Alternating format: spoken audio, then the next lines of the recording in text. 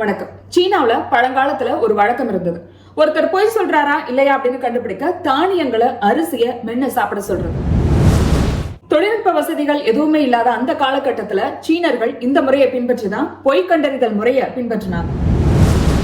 இதுதான் நாளடைவுல பரிணாமம் அடைந்து குற்றவாளிகள் சந்தேகப்படக்கூடிய நபர்கள்ட்ட தொழில்நுட்ப ரீதியா இன்று நடத்தப்படக்கூடிய பாலிகிராஃப் டெஸ்ட்.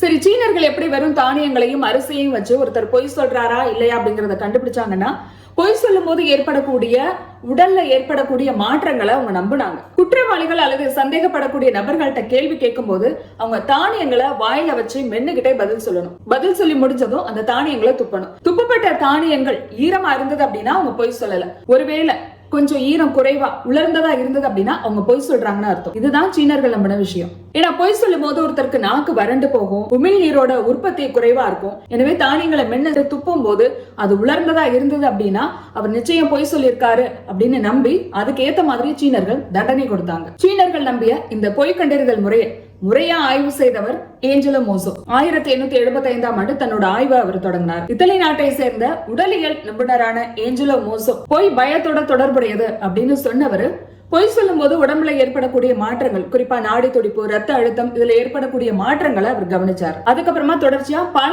காலகட்டங்களா நடத்தப்பட்ட ஆய்வுகளுக்கு பிறகு இன்னைக்கு இருக்கக்கூடிய பாலிகிராஃப் முறை நமக்கு கிடைச்சது. சரி, இதை எப்படி நடத்துவாங்க, இதுல என்ன நடக்கும் அப்படின்னா, பாலிகிராஃப் டெஸ்ட் ஒருத்தர் கிட்ட நடத்தும் போது அவரோட உடம்புல 4 இருந்து 6 சென்சாரை பொருத்துவாங்க. இந்த சென்சார் என்ன செய்யும்? பொதுவா ஒருத்தர் பொய் சொல்லும் போது எங்க மாட்டிப்போமோ அப்படிங்கிற பயம் அவருக்கு இருக்கும். அந்த பயமே அவரோட முகத்துல காட்டி கொடுக்கும். சில பேர் என்னதான் பொய் சொன்னாலும் ரொம்ப தைரியமா இருப்பாங்க.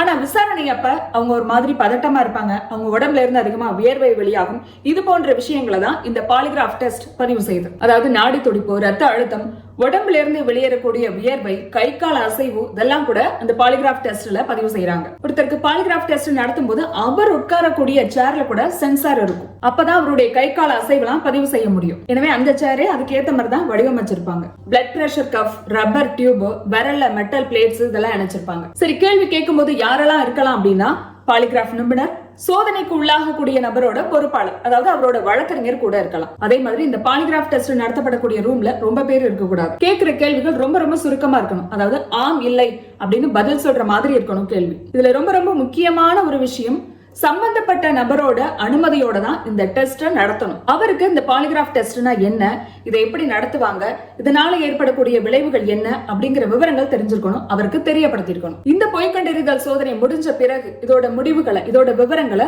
மாஜிஸ்ட்ரேட் கிட்ட சமர்ப்பிக்கணும். இதை வச்சுதான் ஒருத்தர் கிட்ட விசாரணைகள், அதாவது அடுத்த கட்ட விசாரணை அப்படிங்கறது ஆரம்பமாகும். இப்போ கொல்கத்தா பயிற்சி மருத்துவர் கொலை வழக்குல 6 பேர்கிட்ட இந்த டெஸ்ட் நடத்த, பாலிகிராஃப் சோதனை நடத்த சிபிஐ அனுமதி வாங்கியிருக்கு. இந்த வழக்குல குற்றம் சாட்டப்பட்ட சஞ்சய் ராய் சார்பா எந்த வழக்கறிஞரும் ஆஜராகாததுனால இந்த சோதனை அவருக்கு தாமதமானது. ஏன்னா இந்த சோதனை நடத்த சஞ்சய் ராயோட அனுமதி தேவை.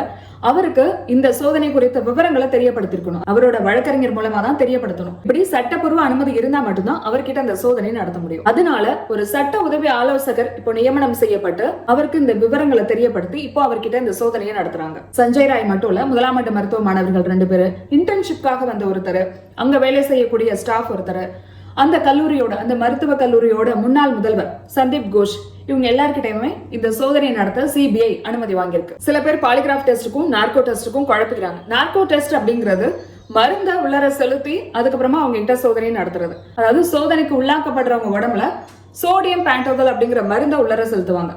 அதை போட்டதான் அவங்களுக்கு சுய நினைவு குறைஞ்சு அவங்க மயக்க நிலைக்கு வரும்போது அவங்க கிட்ட கேள்விகள் கேட்பாங்க. அந்த டைம்ல அவங்களால பொய் சொல்றது, கற்பனை பண்றது, இப்படி எதுவும் செய்ய முடியாததுனால அவங்க கிட்ட இருந்து உண்மையான விஷயங்களை தான் பெற முடியும். அதுதான் உண்மை கண்டறியும் சோதனை. பாலிகிராஃப் டெஸ்ட்ல எந்த மருந்து கொடுக்க மாட்டாங்க, சுய நினைவோட தான் பதில் சொல்லுவாங்க. இது ரெண்டும் இல்லாம பிரைன் மேப்பிங் அப்படிங்கிற ஒரு டெஸ்டும் இருக்கு. இப்போ கொல்கத்தா வழக்க பொறுத்த வரைக்கும் குற்றம் சாட்டப்பட்ட சஞ்சய் ராய் உட்பட மத்த 5 பேர்கிட்டையும் அவங்க எடுக்கிறது பாலிகிராஃப் டெஸ்ட் தான். சரி, இந்த டெஸ்ட்ல வரக்கூடிய முடிவுகளை வச்சு தண்டனை கொடுக்க முடியுமா, இதோ ஒரு ஆதாரமா சேர்த்துக்க முடியுமா அப்படின்னா நீதிமன்றம் இதை ஒரு ஆதாரமா எடுத்துக்காது. இத பத்தி 2010 உச்சநீதிமன்றம் ஒரு விஷயத்தை தெளிவா பதிவு செஞ்சது. அதாவது polygraph test, narco, brain mapping இது போன்ற சோதனை தனிப்பட்ட சுதந்திரத்துல தலையிடுற மாதிரி அதோட முடிவுகளை சட்டப்பூர்வமான ஆதாரமா எடுத்துக்கொள்ள முடியாது அப்படின்னு சொன்னாங்க. சரி, அப்புறம் எதுக்காக இந்த சோதனை நடத்துறாங்க அப்படின்னா, இந்த சோதனை நடத்தி இதுல வரக்கூடிய முடிவுகளை வச்சு இதுல கிடைக்கக்கூடிய விவரங்கள் அடிப்படையில அடுத்த கட்ட விசாரணை தொடங்க அவங்களுக்கு இந்த சோதனை உதவியா இருக்கும் அப்படிங்கறதுனாலதான்